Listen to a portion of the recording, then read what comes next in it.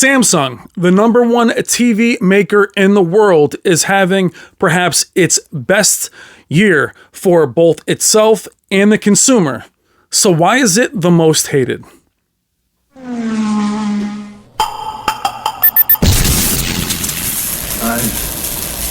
seen things people wouldn't believe. Hey, what's up, guys? I am Brian. This is Tech Therapy. Thank you so much for watching. This is a Tech Therapy video. These are long-form, discussion-based, non-scripted videos, and the topic today is Samsung. The number one TV maker in the world is having a killer year. Its lineup is unstoppable. There's literally something for everyone in this year's lineup, more so than any other time in their existence, or at least from what I can remember. I've been following them for years and had their products for years. The reason for this video, and I've wanted to do this video several times, but the reasoning is I am personally purchasing one of their highest end TVs this year. I've let you guys know that in the last number of videos, which is the Samsung 85-inch QN95C Neo QLED Mini LED. And the amount of kickback I got in the comments about me making the wrong decision on a display that I want and one that I have studied is amazing. I mean, amazing. Or a ton of not really hate, but hate towards Samsung and why I'm making the wrong choice. And we'll talk about that a little bit throughout the video. But the other thing is I went into Best Buy today to actually film or take a look at the TCL QM8, which is a very popular TV, as well as the new Hisense coming out. And what I hear constantly in the comments is that TCL and Hisense are ready to usurp Samsung in the high-end mini LED market. Now, full disclosure, I have no connection to Samsung Electronics. They do not send me TVs. I don't have a contact there, the engineers, the marketing. I don't know any of them. So letting you know that right from the beginning. I am purchasing the QN95C simply because it meets my needs. It's not the best TV in the world, but for what I need it to do, it is. And even with me saying that, throughout 30-minute videos, I still get comments that say, why would you leave Sony or LG or any of these other companies? Now, before we get into TCL and Hisense, I will let you know I have no loyalty to any of these brands. They must win my business each and every year out. That could be Nvidia, AMD, Xbox, PlayStation. Behind me is an LG. Upstairs is a Sony. I haven't had a Samsung for many, many years. I'll tell you why I left them in a moment.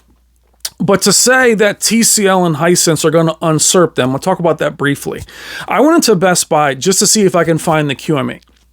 Just to see if I could show it to you guys. Now, I've done a live stream with our friend FOMO for 2-3 hours with the QM8. I saw the TCL at CES. I know it very well and enough to speak on it. I'll also see it at Value Electronics in a few weeks, but I still wanted to be able to do a video on it now, as many of you ask me about it.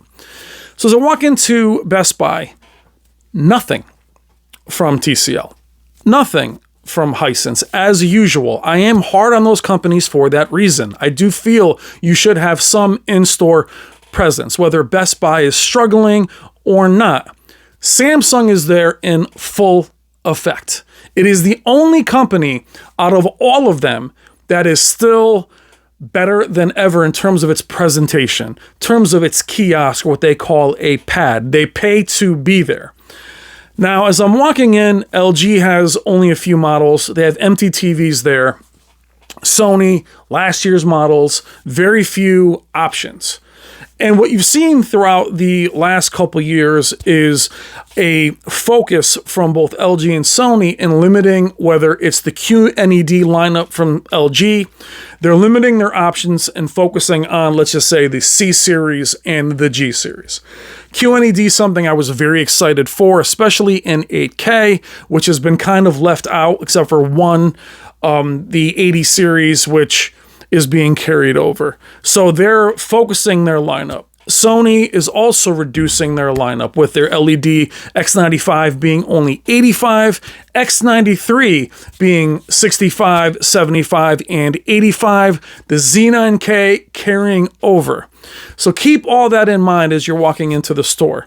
And no TCL, no Hisense, which they are word-of-mouth brands. Now, I hope those brands do take over at some point. Their value cannot be measured.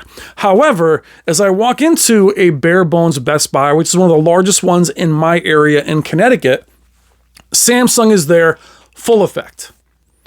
900C, 8K, 800C, 90C, 85C, 80C, S95C, S90C, the frame, 2 sizes, the terrace, meaning they had so many options. All the TVs were current, all the demo material current, all the gaming material current. Now, I know this already. I know exactly what Samsung has to offer. But as I was going through this Best Buy, where they had them labeled, and I'll have this footage playing throughout the video, not just me speaking, is they have, for example, QN90C. They'll have the label with the price, and then they'll have this Best Buy printed label. And below that, they will show you all the sizes available. Now, the QN90C is not the flagship this year. It wasn't the flagship last year, except last year the Q90B and Q95B were very similar. This year, the QN95C is definitely a step up, and that only comes in a few sizes. I believe it's 65, 75, and 85. But unlike LG, or I should say unlike Sony having just the one size of the X95, there's at least 3 sizes there.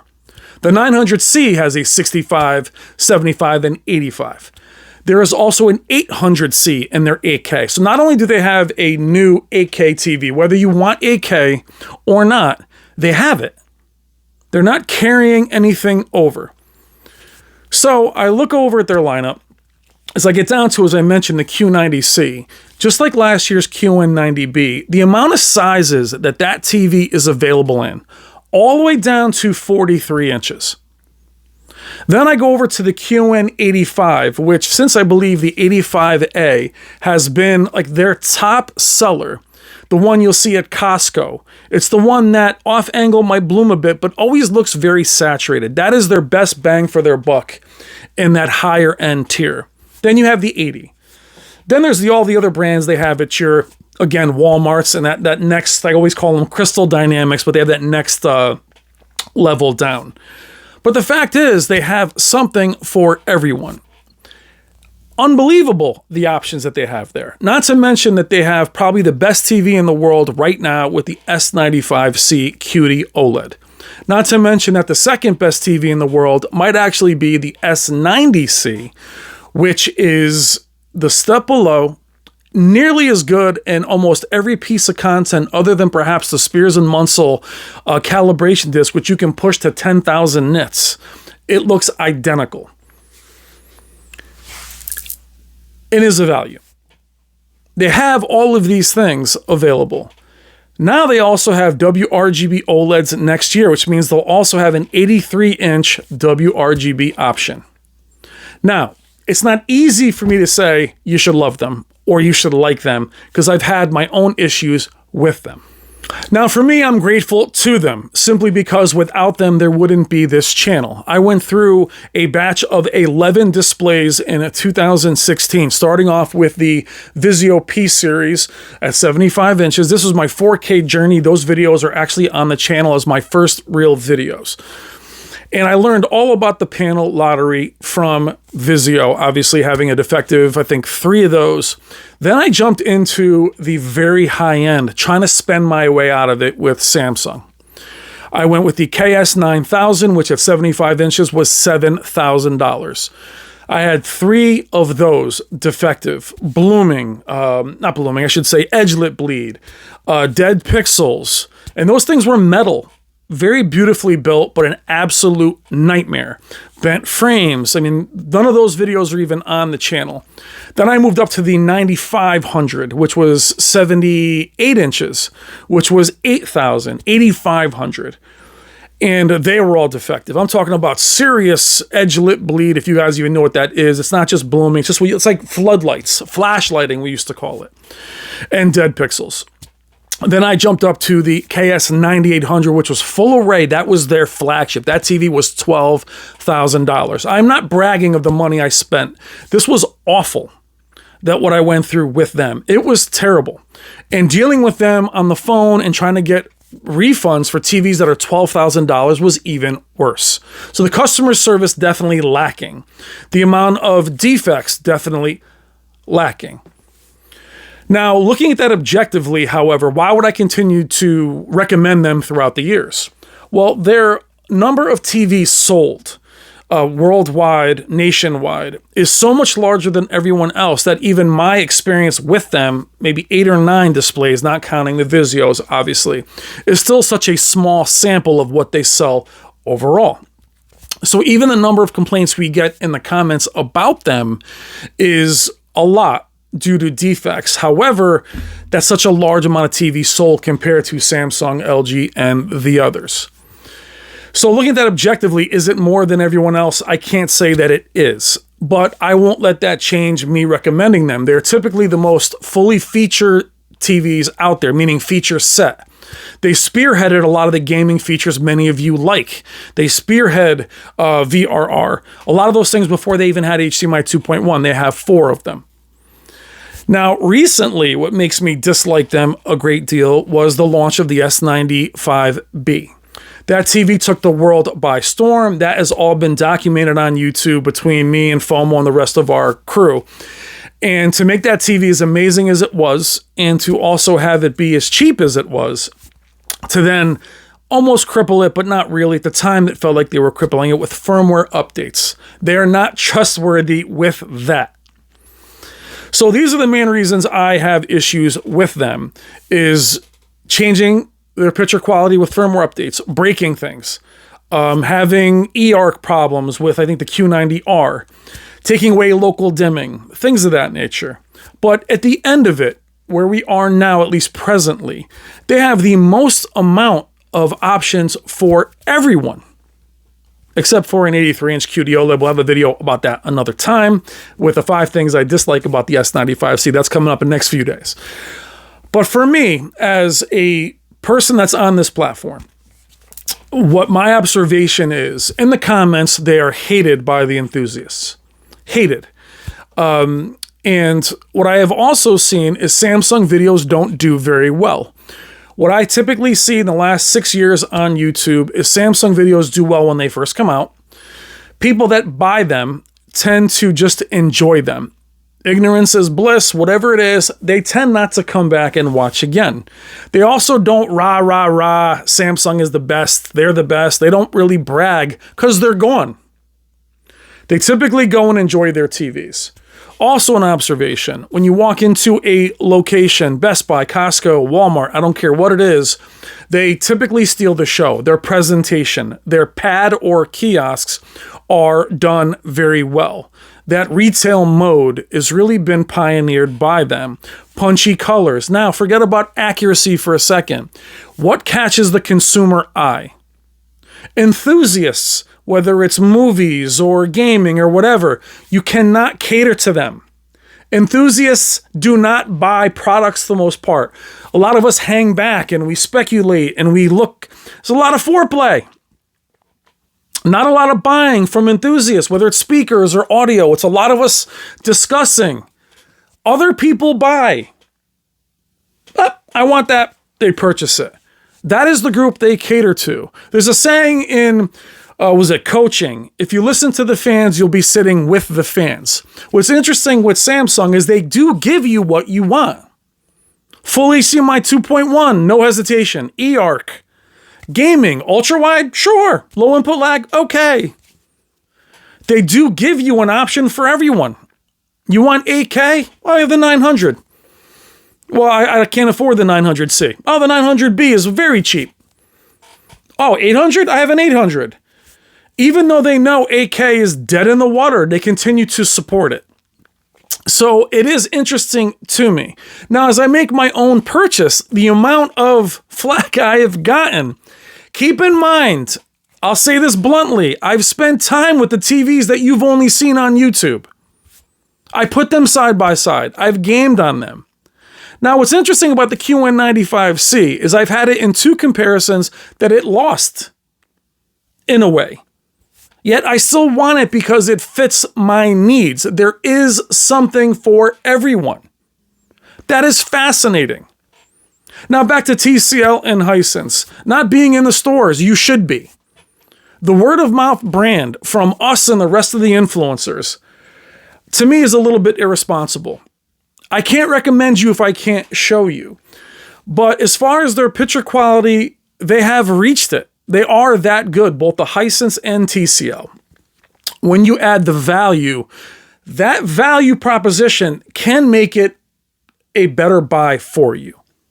However, their menus, their flexibility of image, their presets, the gaming features, I'll show you them in a few weeks from Hisense and TCL, and I'll put them against Sony and Samsung, and we'll really know. But the fact that today I went into that store to try to show you TCL or Hisense, and they were nowhere to be found. Sony, barely any TVs there. It is on them to provide them. LG, G3, C3. The S90C, to me, beats a lot of what's out there, and it's a value. The S95C, probably the best TV in the world, just edging out the G3. I had to find a Z9K from a couple years ago that was 4,000 nits to beat it up just a little bit. But as I was walking through the store today, and the footage you're seeing is they really do have something for everyone. They really do. It's amazing to me. That's not including, this is at the higher end. The frame. Now that TV has terrible picture quality, but it's so powerful. It caters to this group. The gallery, this outdoor TV, it's expensive, but most outdoor TVs are tiny. They have an 85. They have massive TVs. Now they have WRGB OLEDs. So for me asking you at the end of this video, where does the hate come from for you? If you love them, in the comments, beat your chest. Tell me why you love them. Tell me why you're loyal to them. Me, I don't have brand loyalty. But I also know that something has to earn my business every time. I don't listen to influencers. I don't listen to reviews. I make my own assessment. I think you should do that as well. Do your research. But when I hear people in the comments tell me what they're seeing in my video and from other influencers, like it's going to change my mind, blows me away. And they've never seen them in person. But for me, it's the feature set. And for this particular year, their TV fits my needs. So I will roll with them for that reason. It doesn't have to be the best TV in the world. But I find it interesting that the hate is there. Is it the evil empire? Is it hating like the Yankees or hating Apple? I don't hear this kind of hate. Maybe I do hear this kind of hate for Apple. But is it because they're number one? Is that why you're rooting for the others? For me, like I said, I root for TCL and Hisense and those companies. But you have to have better presets, better quality menus to go through. And Samsung's menus are terrible, but at least they have the ability to alter the image. I look at QM8's presets, Eco, Sport, like there's like 4 of them. Give me flexibility. Don't cut corners. And advertise and market. Because I can't recommend you if I can't show you. But I'm fans of them all, but I don't belong to any of them. Again, I have no Samsung contacts. No one that I talk to there. There's no engineers there. There's no interviews being done there. Yet they win my business this year. And they're winning it at the high end, very expensive. Simply because they have the option I need this year. Now, at the end of this long discussion, I am not defending them. I'm not telling you to love them. But I do want to know why you hate them. Now, I've illustrated my issues with them. For me, they are the true love that broke my heart. My first real Samsung was the Touch of Red. That was the largest TV I had at the time. I believe it was 52 inches, touch of red for many of you. It's actually on this channel. It's the first time I saw a motion interpolation. I remember the demo was Iron Man. First time I saw colors like that. And it was a great TV. And then through the years, again, I got beat up by them. I'll never get the time back that I lost with their defective panels or that time on the phone. But I'm not jaded. I am flexible. You lose my business then, and then you regain it with the change, either in philosophy, signature, or your products. I will use you. You don't use me. I am the consumer. And this year, they win for me. But I think they're also having the best TV year I have ever seen. Mini LEDs completely covered. 8K covered. And they also have the QD OLEDs in 2 different tiers, which no one else has. As much as I love Sony and LG and the others, Samsung wins not just from pure volume, pure amount of team that they have, but they also have quality at so many of these tiers. The ones I mentioned, the ones you're seeing in this video as it plays behind me, are at the mid to high end. That's not including all their other levels. But the fact that they have sizes that all of you can afford and still get the feature set is incredible. When you see the other companies realize due to their focus, for example, I'll touch with this at the end. The 900E was the TV I ended up with from Sony. After that 4K nightmare, I went all the way up to this flagship, and then I ended up settling on this mid-range Sony. And I remember, I believe the Sony at that time, the 900E had other sizes. The 900F may have as well. And then they made that decision, maybe it was with the 950G, but a couple years ago, they were going to go 65 only. It might have been last year. And their marketing told them, hey, look, the new size is 65. However, many of you want 55 or 40-something inch size TVs. Now, the smaller OLEDs at 42 and 48 are actually expensive because of the form factor. But many of you want those smaller TVs, not because of just finances, but because of where you live. You don't want to be that close. Now, I'm 2 feet from an 83, and so I'm in the heavyweight division. But they have focused and said, we don't want that.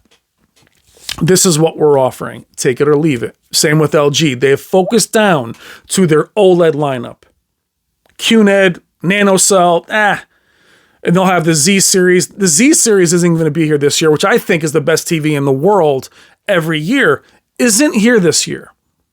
It doesn't have MLA. And then here is Samsung with every option you can imagine. Very long video. Let me know what you think in the comments. This is Tech Therapy. Again, discussion-based content. I am not going to apologize for these videos anymore. They are my forte. I will do them as often as I need to. I hope you guys enjoy. Please consider liking and subscribing. Let me know in the comments what you think. Why the hate? Why the love? Make the comments long. Make them passionate. I do read them all. Love you guys. Thank you so much for watching. Take care.